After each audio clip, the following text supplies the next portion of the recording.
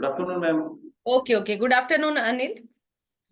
So, करें interview start? Yes ma'am. Okay, okay. Okay आप बताइए मेरे को, अगर आप इंटरव्यू के लिए जाते हो तो एट दैट टाइम अगर आप आंसर करते हो तो उसको इफेक्टिव कैसे बनाओगे और अपने आप को कैसे रिप्रेजेंट करोगे? सर सॉरी मैम, अगर कोई जब मैं अपना इंटरव्यू प्रेजेंट करना चाहता हूँ तो फर्स्ट ऑफ ऑल मेरा जो भी पास्ट का एक्सपीरियंस है या मैंने जो भी कोई प्रैक्टिकल की है तो उसके बेस पे मैं उसको ज़्यादा क्रिएटिव बनाऊंगा मैं, और उसको ज़्यादा इंटरेस्टेड बनाऊंगा चैप्टर को, ताकि इंटरव्यूअर को भी लगे कि भाई ये जेन्युइन बता रहा है, तो उसको मैं और ज़्यादा क्रिएटिव आंसर देने को। ड्रेसिंग सेंस में कैसे इंप्रूवमेंट करोगे, कैसे अपने आप को रिप्रेजेंट करोगे? प्रेजेंस में मैम मैं साथ के साथ जैसे लेक्चर पे बोर्ड पे लेक्चर दे रहा हूँ तो मैं बच्चों के साथ ड्रेसिंग सेंस के कनेक्टिविटी भी। पॉइंट ऑफ व्यू से पूछ रही हूँ मैंने। ड्रेसिंग सेंस मैम, हाँ जी। ड्रेसिंग सेंस तो मैं फॉर्मल ड्रेस में जाऊंगा मैम मैं। ओके और अपना अ, मैंने जो ड्रेस है मैं ब्लैक पैंट और ग्रे शर्ट वो चूज किया है ma'am. Okay okay proper systematic body okay. के वहाँ एंड प्रेजेंट करूंगा मैम। डेमोन्स्ट्रेशन मेथड को आप कैसे यूज करोगे टीचिंग में? सर मैम डेमोस्ट्रेशन मेथड को ये मतलब डेमोस्ट्रेशन मेथड होता है जिसमें हम कोई भी प्रैक्टिकल को इम्प्लीमेंट करके दिखाते हैं, किसी चीज का डेमो दिखा के एग्जाम्पल उसमें बताइए, बताते कोई हैं। भी एग्जाम्पल बताइए। और मैम मैं किसी हमने किसी बैंक का ही सेटअप लगाना है मैम। सपोज करो मैं किसी बैंक का इंटरव्यू दे रहा हूँ तो बैंक के जो मैं सेटअप में उसको कैसे तो हमने कैसे कस्टमर को हैंडल करना है, कैसे उसको अटेंड करना है, कैसे उसको एंटरटेन करना है, तो उसके बारे में हम उसको पूरा डेमो करके दिखाएंगे सर टीचर। तो ये डेमोस्ट्रेशन मेथड होगा। Okay okay. लिमिटेशन बताइए ट्रायल बैलेंस की।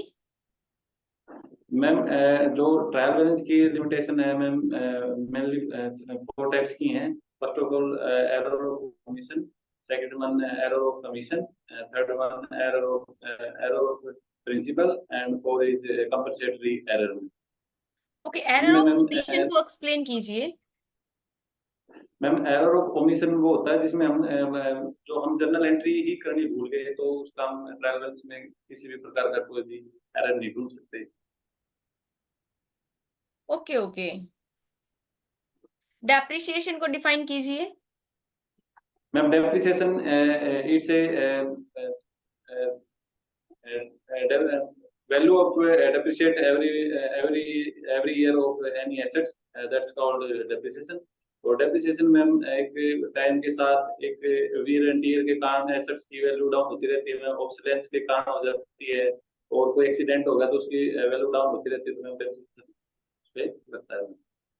ओके ओके, जिस लैंग्वेज में आप कंफर्ट हो इंटरव्यू आप उसी लैंग्वेज में दीजिए। अगर आप इंग्लिश में कंफर्ट नहीं हो तो आप हिंदी में दीजिए, कोई इशू नहीं है। ओके। आपकी जो नॉलेज, आपका कॉन्फिडेंस चेक किया जाएगा।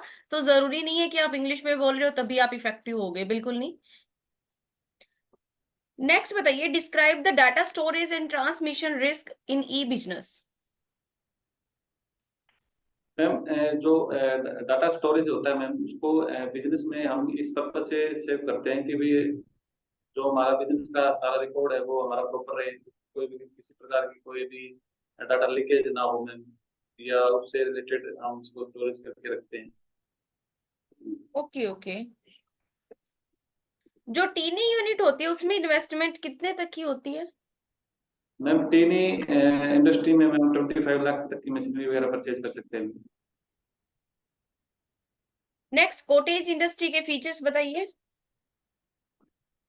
कॉटेज इंडस्ट्री में मोस्टली ये एक स्मॉल इंडस्ट्री ये स्मॉल इंडस्ट्री होती है मैम। ये खासकर जो अपने जो हाथों के जो एक्सपर्ट होते हैं या उनके लिए ये लगाई जाती है मैम। इनमें कम इन्वेस्टमेंट लगाई होती है मैम इसमें, और इसमें फैमिली के काफी बंदों को जॉब देने के पर्पज से वो काम देने के लिए इन्वॉल्व किया जाता है मैम, तो उसको कॉटेज इंडस्ट्री ओके, बोला जाता है। डिफरेंस बताइए share holder and stake holder का।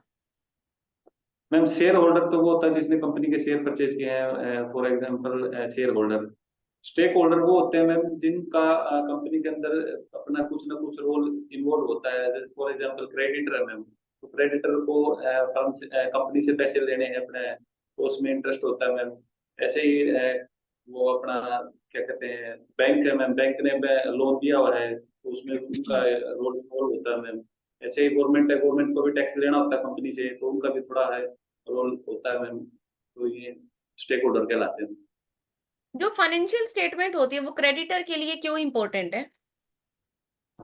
मैम फाइनेंशियल स्टेटमेंट इसलिए इम्पोर्टेंट है, वो उसके ओवरव्यू से ही ये पता लगा सकता है कि भी कंपनी का लेवल क्या है, वो ग्रोथ कर रही है या डिक्लाइन में है या क्या कर रही है। तो उसको इसलिए फाइनेंशियल स्टेटमेंट से ही आइडिया लगता है मैम कि पॉजिटिव वे में है कंपनी या डिक्लाइन हो रही है, तो उसमें इसलिए इसको यूज किया जाता है फाइनेंशियल स्टेटमेंट ओके, कुछ ट्रैक आइटम्स करके। बोल रही हूँ तो उसके अंदर आपको बताना है मेन हेड में क्या आएगा और सब हेड में क्या आएगा। Okay.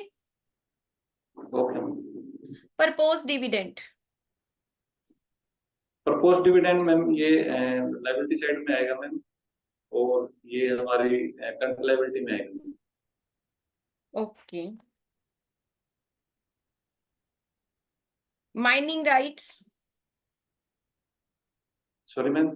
Mining rights. Mining rights हाँ जी। मैम ये हमारे एसेट साइड में आएंगे मैम, नॉन करंट एसेट्स में आएंगे मैम। और sub head.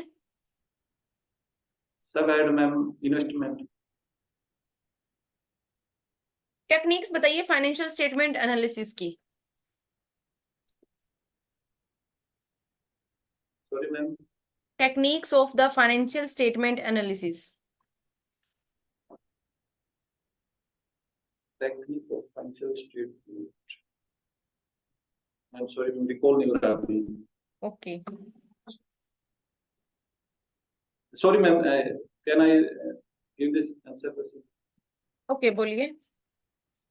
Ma'am financial state ma'am, cash flow, fund flow ma'am, ratio, cost side statement, comparative side repeat statement. Please, दोबारा से बताना। Ma'am cash cash flow ma'am, fund flow, ratio, और ma'am financial statement ma'am अपने profit and loss balance sheet show करते हैं statement next, of. Vertical analysis को और हम किस नाम से जानते हैं? वर्टिकल को हम इंट्रा फर्म के नाम से जानते हैं, जिसमें हम एक साल का कंपैरिजन करते हैं हम, या एक से वर्टिकल एनालिसिस के अंदर इंट्रा फर्म आती है या फिर इंट्रा फर्म और इंटर फर्म दोनों का कंपैरिजन किया जाता है? मैम दोनों का कंपैरिजन किया जा सकता एनालिसिस का और इंटरप्रिटेशन का मीनिंग डिफाइन कीजिए। है। एनालिस्ट तो मैम ये होता है कि हम जो कंपनी का ओवरऑल व्यू देखते हैं मैम, कंपनी का क्या है उसको एनालाइज करते हैं कि भाई कितना प्रॉफिट हुआ, कितना हमारी क्या कोई रेशो को कैलकुलेट करते हैं मैम, तो उसमें एनालाइज किया जाता है मैम कि भी हमारा इंटरप्रिटेशन। प्रॉफिट। इंटरप्रिटेशन मैम उस चीज को हम जब रिटर्न में ही डिस्क्राइब करते हैं कि भाई इसमें ये कमियां हैं, इसमें हम ये इम्प्रूवमेंट कर सकते हैं, उसको इम्प्लीमेंट करके बताते हैं interpretation. Internal source of recruitment बताइए। Ma'am internal source of recruitment, number one तो मैम हम हमारे इंटरनल ही किसी एम्प्लॉय को प्रमोट कर देते हैं, या कोई ट्रांसफर कर देते हैं मैम, या ले ऑफ से कोई हमारे पास, हम ले ऑफ से भी इसमें हमारा एक्सपेंस कम आता है मैम, तो इसके कारण हम ये इंटरनल देते इंटरनल हैं। इंटरनल सोर्स से हमें कॉस्ट इफेक्टिवनेस मिलती है कि यानी कि कॉस्ट कुछ रिड्यूस होती है क्या एक्सटर्नल से, कैसे? Yes ma'am, first of all तो मैम इसके लिए कोई एडवर्टाइजमेंट नहीं करनी पड़ती, कोई नया एक्सपेंस नहीं करना पड़ता रिक्रूटमेंट पे, और ना उनको कोई ट्रेनिंग देनी पड़ती मैम। जो हमारे इंटरनली होते हैं उनको कोई प्रमोट कर देते हैं, तो हमारी पोस्ट बच जाती है। ओके, रिक्रूटमेंट आपका पॉजिटिव प्रोसेस है या नेगेटिव प्रोसेस है? Recruitment positive ma'am. पॉजिटिव। और selection? Sorry ma'am, selection is positive, recruitment is. Okay. मैं सॉरी गलत बोले हम, recruitment is positive and selection is negative process. एक बार और सोच लो, श्योर मैम। दोबारा से बताओ। Recruitment is a positive process and selection is a negative process. Okay, delegation को डिफाइन कीजिए। आवाज नहीं आई, सॉरी। डेलीगेशन को डिफाइन कीजिए। डेलीगेशन में ये एक अथॉरिटी को हम किसी बंदे को हम जब हमारी अथॉरिटी किसी थर्ड सेकंड पर्सन को हमारे डेलीगेट करते हैं, उसको डेलीगेशन कहते हैं मैम। उसमें जैसे मैंने अपना हमारी सिक्योरिटी को डेलीगेट कर दी, तो लेकिन उसके लिए अकाउंटेबिलिटी मेरी ही रहेगी, लेकिन मैंने अपना काम उसको, मेरी रिस्पॉन्सिबिलिटी उनको डेलीगेट की। Okay, informal organisation formal organisation को किस तरीके से सपोर्ट करती है? मैम इनफॉर्मल ऑर्गेनाइजेशन में मैम ये एक विदाउट एनी पाथ के होती है मैम। इसमें कोई भी स्टेप नहीं होते, ये ऑटोमेटिक जनरेट हो जाती है मैम वहाँ के एनवायरनमेंट के हिसाब से।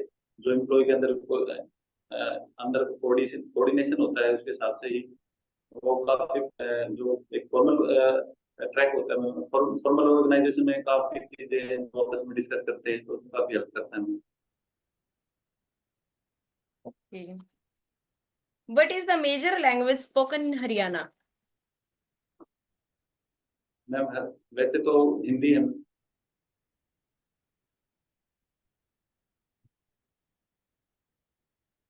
नेक्स्ट बताइए। नेक्स्ट क्वेश्चन है आपके लिए, आपको कौन सा आपका फेवरेट सब्जेक्ट है? मैम बेसिकली तो मैं दोनों सब्जेक्ट टीच कर रहा हूँ मैम। ये अपना बिजनेस मैनेजमेंट भी और अकाउंटेंसी भी। ओके, आपको कौन सा अच्छा लगता है या जिसमें आप खुद को स्पेशलाइज मानते हो? मैम बिजनेस स्टडी में। ओके, बिजनेस स्टडी का कौन सा टॉपिक डिफाइन कर सकते हो? Ma'am business organise ownership. First of all ma'am जो बिजनेस ओनरशिप को हम दो पार्ट में डिवाइडेड करते हैं। First of all private sector and second one public sector. जो प्राइवेट सेक्टर में भी मैम दो मेजर पॉइंट है। एक तो इनकॉर्पोरेटेड होती है, कई इनकॉर्पोरेटेड होती है। जो इनकॉर्पोरेटेड होती है इंडस्ट्रीज होते हैं जो होते हैं मैम, जैसे प्रोप्राइटरशिप होगी, हिंदू हिंदू जॉइंट फैमिली होगी मैम, और हमारी सोसाइटी होगी मैम।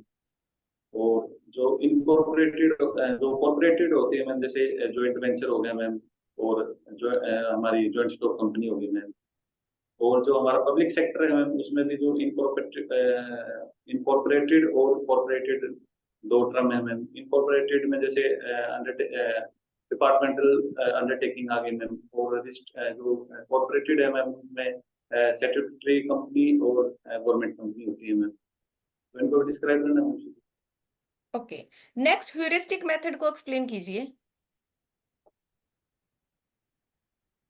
आवाज नहीं आई। ह्यूरिस्टिक मेथड को एक्सप्लेन कीजिए। फ्यूरिस्टिक मेथड में फ्यूचर की प्लानिंग के लिए जो प्लान तैयार किया जाता है मैम, उसके बारे में जो हम किसके बताते हैं लिए? कि कैसे करना है उसको। दोबारा से फ्यूचर के बोल। लिए प्लानिंग के लिए, फ्यूचर की प्लानिंग के लिए जो हम करते हैं। Okay,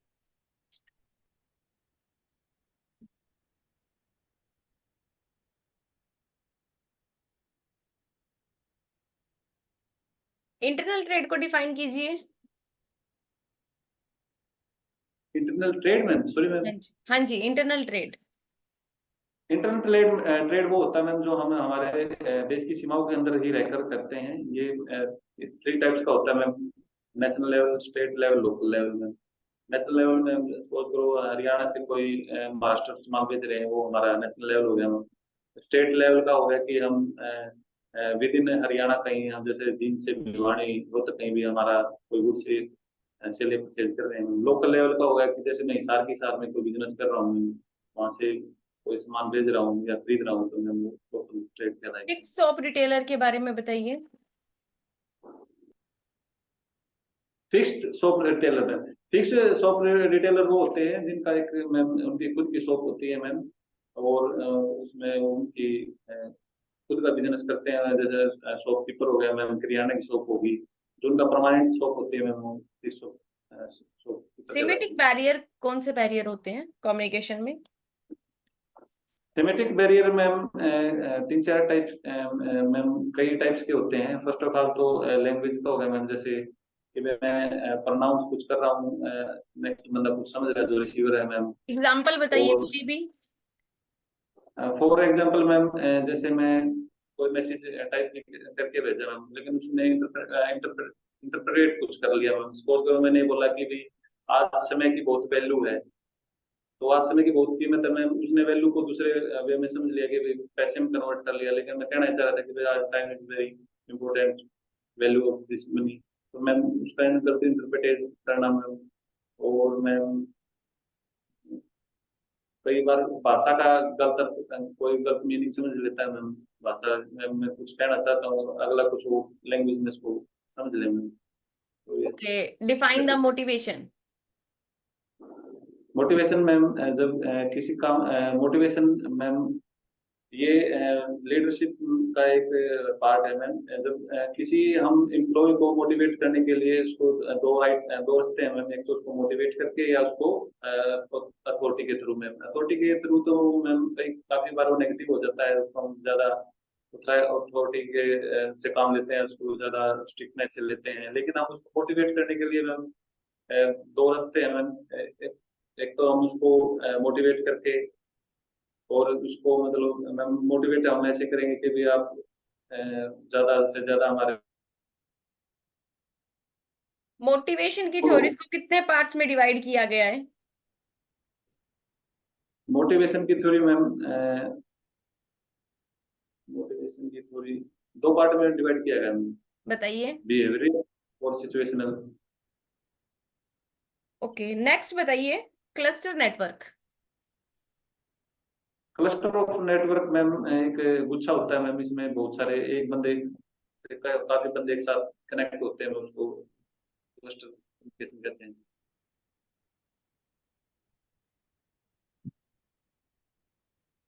probability network in communication.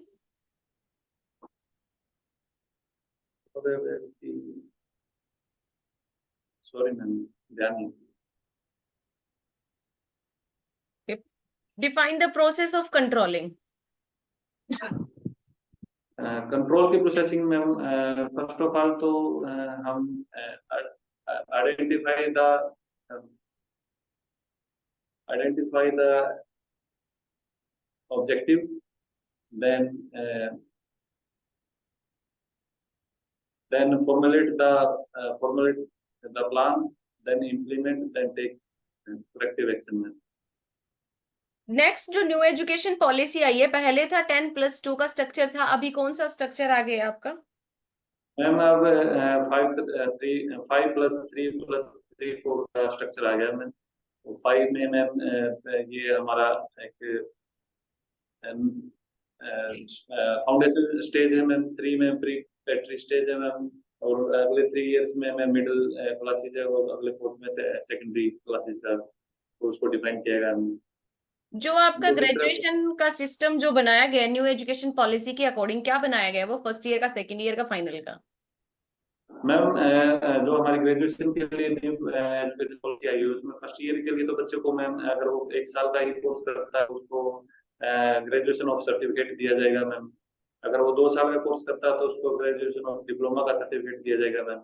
और अगर वो 3 इयर्स का करता है तो उसको मैम ग्रेजुएट ऑफ डिग्री का फॉर्मेट दिया जाएगा, और डिग्री दी जाएगी। अगर वो 4 साल का करता है तो मैम उसको ग्रेजुएट ऑफ रिसर्च का कोर्स का वो दिया जाएगा ma'am, certificate. What is the largest city in Haryana by population?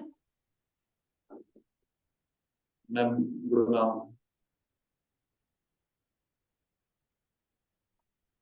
अभी ठीक है? ओके, हाँ, यस मैम। ब्रेनस्टॉर्मिंग को डिफाइन कीजिए। मैम रिपीट करना दो। ब्रेनस्टॉर्मिंग। ब्रेन स्टॉर्मिंग मैम ये होता है कि कोई क्रिएटिव एक्टिव लर्निंग के लिए हम मैम कोई स्टेप उठाते हैं। कोई मतलब एक ग्रुप में सभी बच्चे इकट्ठे होकर, मतलब स्कूल में मैम उनका सभी का अलग अलग जो माइंड को डाइवर्ट करके हम कोई चीज करते हैं कि वो क्रिएटिव कुछ हो मैम। उस चीज के लिए जो ब्रेन स्टॉर्मिंग की जाती है मैम, ओके, उनका ज्यादा से ज्यादा माइंड का। 3 स्पेशल फाइनेंशियल इंस्टीट्यूशन के नेम बताइए।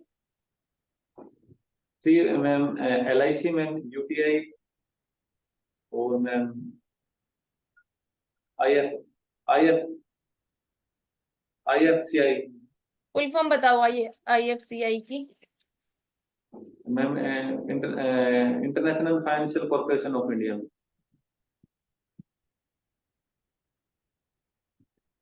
GDR की फुल फॉर्म इन्वेस्टमेंट बताओ।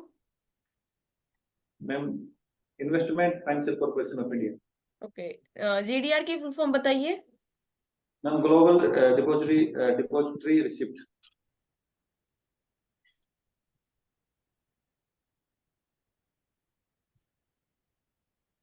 ओके, स्टाफिंग के बारे में बताइए। मैम स्टाफिंग, ये हमारा स्टाफिंग का मतलब मैम काम ये होता है कि जब हम एम्प्लॉयज का उनको सिलेक्शन किया जाता है, उनको उनके सुटेबल पोस्ट के लिए जब उनको सिलेक्शन करते हैं तो वो स्टाफिंग कहलाता है। Okay, who is the current chief minister of Haryana? Nayab Saini. Next बताइए, टीचिंग के एज अ कॉमर्स टीचर जब आप स्टूडेंट को टीच करते हो तो आप सेमिनार मेथड को किस तरीके से इंक्लूड करोगे? मैम सेमिनार मेथड में मैम इसमें फर्स्ट ऑफ ऑल तो मैम प्री प्री कोई पहले टॉपिक सिलेक्ट होता है मैम, उसके ऊपर हम कोई भी उसके ऊपर लेक्चर दिया जाता है मैम। फिर फिर जो सामने बैठे हैं उनसे क्वेश्चन की जाती है, अगर उनका मैम कोई डाउट होता है तो डाउट को क्लियर किया जाता है ma'am. Okay, provision and reserve का डिफरेंस बताइए।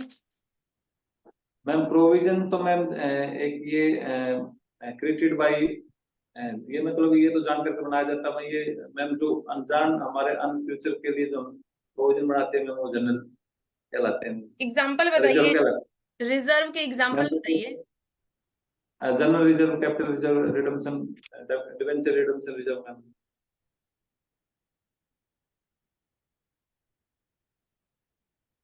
फिर define the common size statement. Common size state ma'am basically एक मैम एक आइटम को बेस मानकर उसके हिसाब से मैम जो हम उनका इंटरप्रिटेशन करते हैं मैम, की कैलकुलेशन करते हैं। फॉर एग्जांपल हमने सेल को एक बेस मान लिया, सेल के हिसाब से हमने ग्रोस प्रॉफिट को कैसे कैलकुलेट करना है, ओके, न्यू प्रॉफिट एजुकेशन को कैसे। पॉलिसी के अकॉर्डिंग एमफिल क्या भी वैलिड है? नो मैम, अब न्यू एजुकेशन के हिसाब से मैम उसको डिलीट कर दिया गया। ओके, इंडक्टिव मेथड बताइए। इंडक्टिव मेथड कैसे यूज करते हो आप?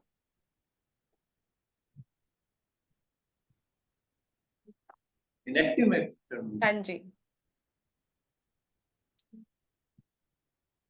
सॉरी मैम, मुझे तो रिकॉल नहीं हो रहा। Name any two type of commonly used in negotiable instrument. Ma'am bills of exchange, promissory note, cheque. Okay, inventory turnover ratio का फॉर्मूला बताइए। इन्वेंट्री टर्नओवर का रेशो मैम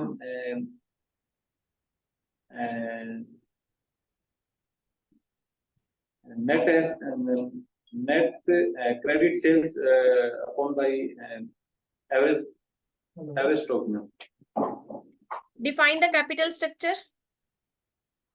कैपिटल स्ट्रक्चर में जब हम इसमें हमारे कैपिटल स्ट्रक्चर का मतलब वो होता है मैम जिसमें हमारी उसके जो हम फाइनेंस के लिए जो अरेंजमेंट करते हैं कि हमें कितना डिवेंचर लेना, मैम कितना इक्विटी शेयर लेना, कितना रिटेन अर्निंग यूज करना है, तो उसमें रबी की रबी की फसलों की कब रबी की फसल कब लगाई जाती है? मैम ये अक्टूबर नवंबर महीने में लगाई जाती है ना, तो मार्च अप्रैल में उनको कटा जाती है। और खरीफ की?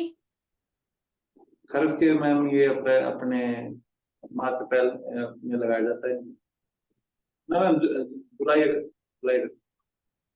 ओके ओके ओके, आपका इंटरव्यू यहाँ पर आपका वाइंडिंग अप होता है। अभी हम थोड़ा सा डिस्कस कर लेते हैं कि आपके इंटरव्यू के अंदर क्या कुछ कमी रही, क्या कुछ इम्प्रूवमेंट करने की जरूरत है आपको। सो ओके आपको मैम। अनिल सबसे पहले तो टू द पॉइंट आंसर देने की जरूरत है। Okay ma'am. हाँ जी, कितना पढ़ा है आपने जो आपको नोट्स दिए गए हैं उनको? मैम एक बार तो गो थ्रू हो गया मैम। एक बार गो थ्रू मैं ही ना हुए ना, एक्चुअली, लर्न नहीं किया। सो एक्चुअली आपकी क्या था कि आप टू द पॉइंट आंसर नहीं दे रहे थे। मैंने आपसे पूछा मोटिवेशन, तो आप मोटिवेशन को डिफाइन कर रहे हो जैसे क्या होता है क्या नहीं होता, क्या कि हम मोटिवेट करते हैं स्टूडेंट्स को या फिर इम्प्लॉयज को। वहां पर ये चीजें नहीं करनी, टू द पॉइंट आपको बोलना है।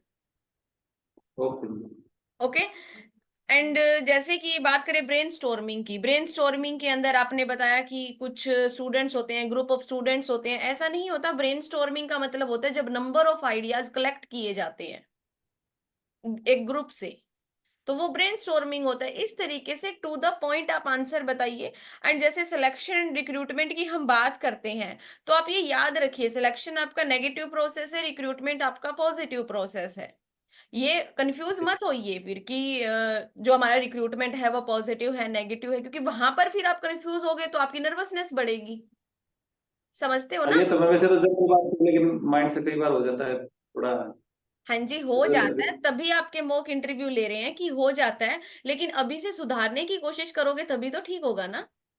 अगर आप सोचोगे कि यस मैम नहीं यस। ऐसे ही चलेगा तो इम्प्रूवमेंट कैसे करोगे? फिर इम्प्रूवमेंट अगर करना चाहते हो तो अपनी जो भी कमी है, वीकनेस है, उनके ऊपर काम कीजिए। और उनके ऊपर काम तभी होगा जब इन सब क्वेश्चंस को जो आपको नोट्स दे रखे हैं उनका टू द पॉइंट पढ़िए। आप दोबारा से लर्न करके देखना, दोबारा से पढ़ के देखना कि आप टू द पॉइंट जो है वो आंसर नहीं दे रहे थे, आप एक्सप्लेन कर रहे थे। बट एक्सप्लेन थोड़ी करना है, वहां पे उनको पता है कि आपको नॉलेज है, क्योंकि सब्जेक्टिव ऑब्जेक्टिव आप पेपर पास आउट करके आए हो। वहां पर आपका कॉन्फिडेंस लेवल देखा जाएगा कि आप कितना अपने आप पे कॉन्फिडेंट है, और कितना आप दूसरे को क्लियरिटी से समझा सकते हैं कंसेप्ट को, to the point. Okay. And फिर यस हम मैम। बात, हाँ जी, तो कुछ कुछ ये मिस्टेक थी। और जैसे कि मैंने पूछा था आपसे, ये सिमेटिक बैरियर के बारे में मैंने पूछा था कि इसका एग्जांपल बताइए। तो इसका एग्जांपल आप ऐसे बोल सकते हो डायरेक्टली, जैसे कि हमारा जो डीआर हम लिखते हैं, अगर कॉमर्स का स्टूडेंट है तो वो डीआर से समझेगा डेबिट, और अगर वो अदर फील्ड का स्टूडेंट है तो डीआर से समझेगा डॉक्टर। ये क्या हुआ? टेक्निकल लैंग्वेज हुआ, जहां पर बैरियर्स आता है समझने में। अब आपने तो डीआर लिख दिया, कॉमर्स के स्टूडेंट तो उसको डेबिट समझेंगे, बट अदर स्ट्रीम के स्टूडेंट तो उसको क्या समझेंगे? डॉक्टर समझेंगे। ठीक है, तो ये प्रॉब्लम्स आते हैं इस तरीके से। कीवर्ड के ऊपर काम कीजिए, जो भी कुछ भी पूछा जाता है उसको कोशिश कीजिए कि एक या फिर दो लाइन में आप डिफाइन कर दो, ज्यादा टाइम नहीं लेना आपको। ओके। हाँ जी, एक दो बार और आप नोट्स को पढ़िए और अपने आप में इम्प्रूवमेंट कीजिए, रिवीजन कीजिए थोड़ा सा। ओके।